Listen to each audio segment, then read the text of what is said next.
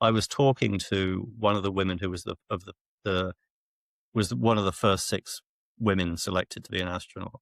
And we were talking about why she wanted to do something that she knew was so manifestly dangerous.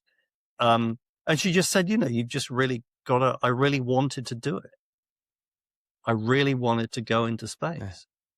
And so, they all share a similar dedication, I think. They're people who are determined to achieve what they want, what they set out to do.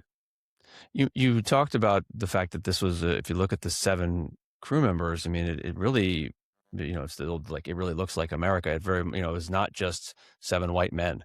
You have, people, you have women, and you have minorities, and it's very much feels like much more indicative of the American population. But we were also not that far into, from when it only was white men.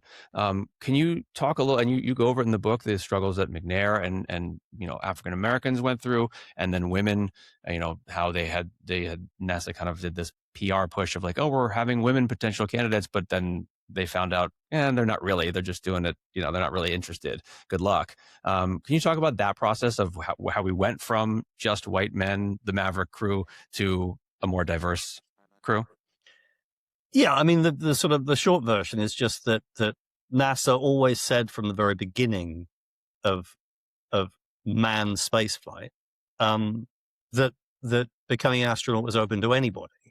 But when you got down to it, they would always say, well, it's anybody as long as they've got, I can't remember what the number is, 10,000 hours of experience of flying fast fighter jets.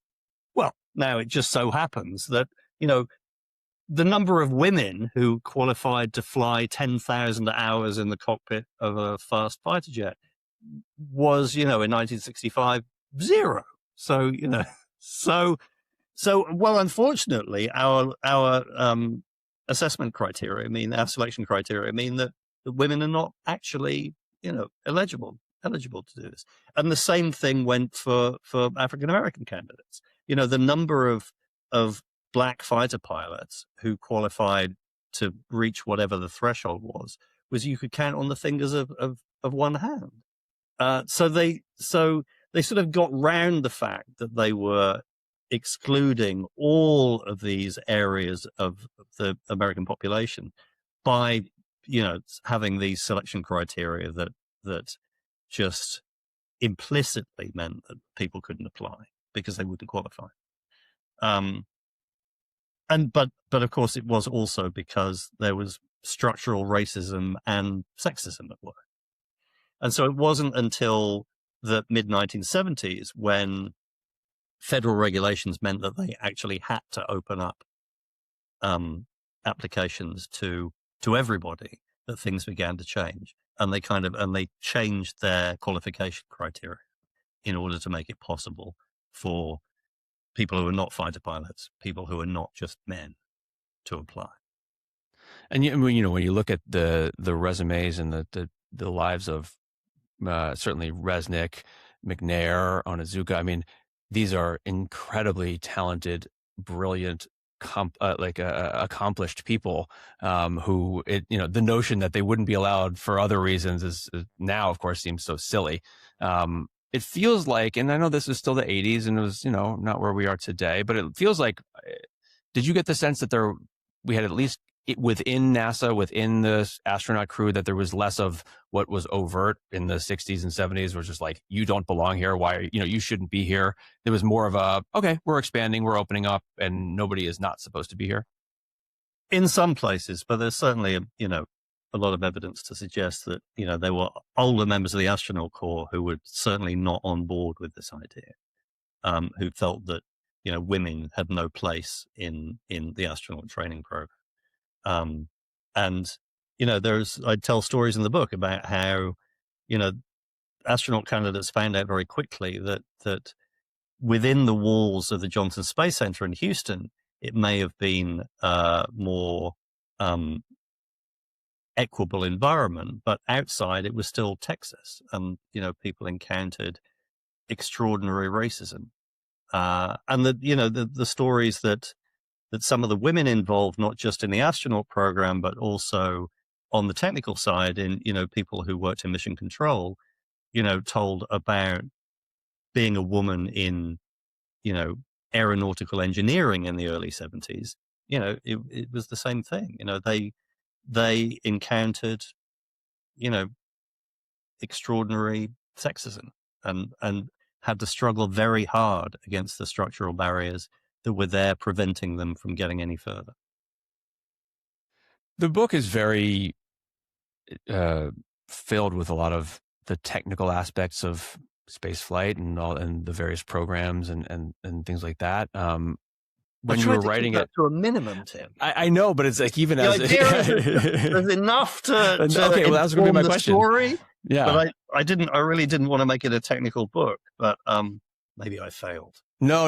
I guess my question was more about. I mean, I didn't look. Let's put it this way. It didn't read like it was a movie of the week where we're just like seeing. It read like you really understood and were clear on a lot of these technical specs and a lot of what went wrong. Because I think if you're talking about what really went wrong with the Challenger, you have to dive into a certain amount of technical stuff. But I guess you kind of answered the question. Yeah. Part of the reason for that is that you want to build tension in a narrative, right? So it goes back to what we were saying about it's a story where you think you know what happens in the end. But part of the way that the narrative functions, both in the Challenger book and in the Chernobyl book, is that you have to, as a reader, you have to have some grasp, or think you have some grasp early on of what happens when, things start to go wrong in a nuclear reactor, or what the potential problems are if the seals in a solid rocket begin to fail in flight. In order to understand that when things do start to go wrong, you as a reader, you're like, oh, wait a minute, this isn't good. And then you're following along from the standpoint at certain points of the engineers who are trying to make these things go well. And only through having some understanding of the technical issues does the story work that way. So, with the case of Challenger, one of the engineers at Morton Thiokol who was most involved in trying to fix these problems of the solid rockets, and one of the ones who was at the forefront of the effort to try and stop the launch happening the night before it actually took place, is this guy Roger Beaujolais. And he worked on the solid rocket program at Thiokol from the very beginning, and he was absolutely terrified that they were sending these people to their deaths. But if you didn't know that, there's this long history of these O-rings kind of getting burned and failing and leaking before January the 28th, 1986, then you can't experience the things that Beaujolais was experiencing.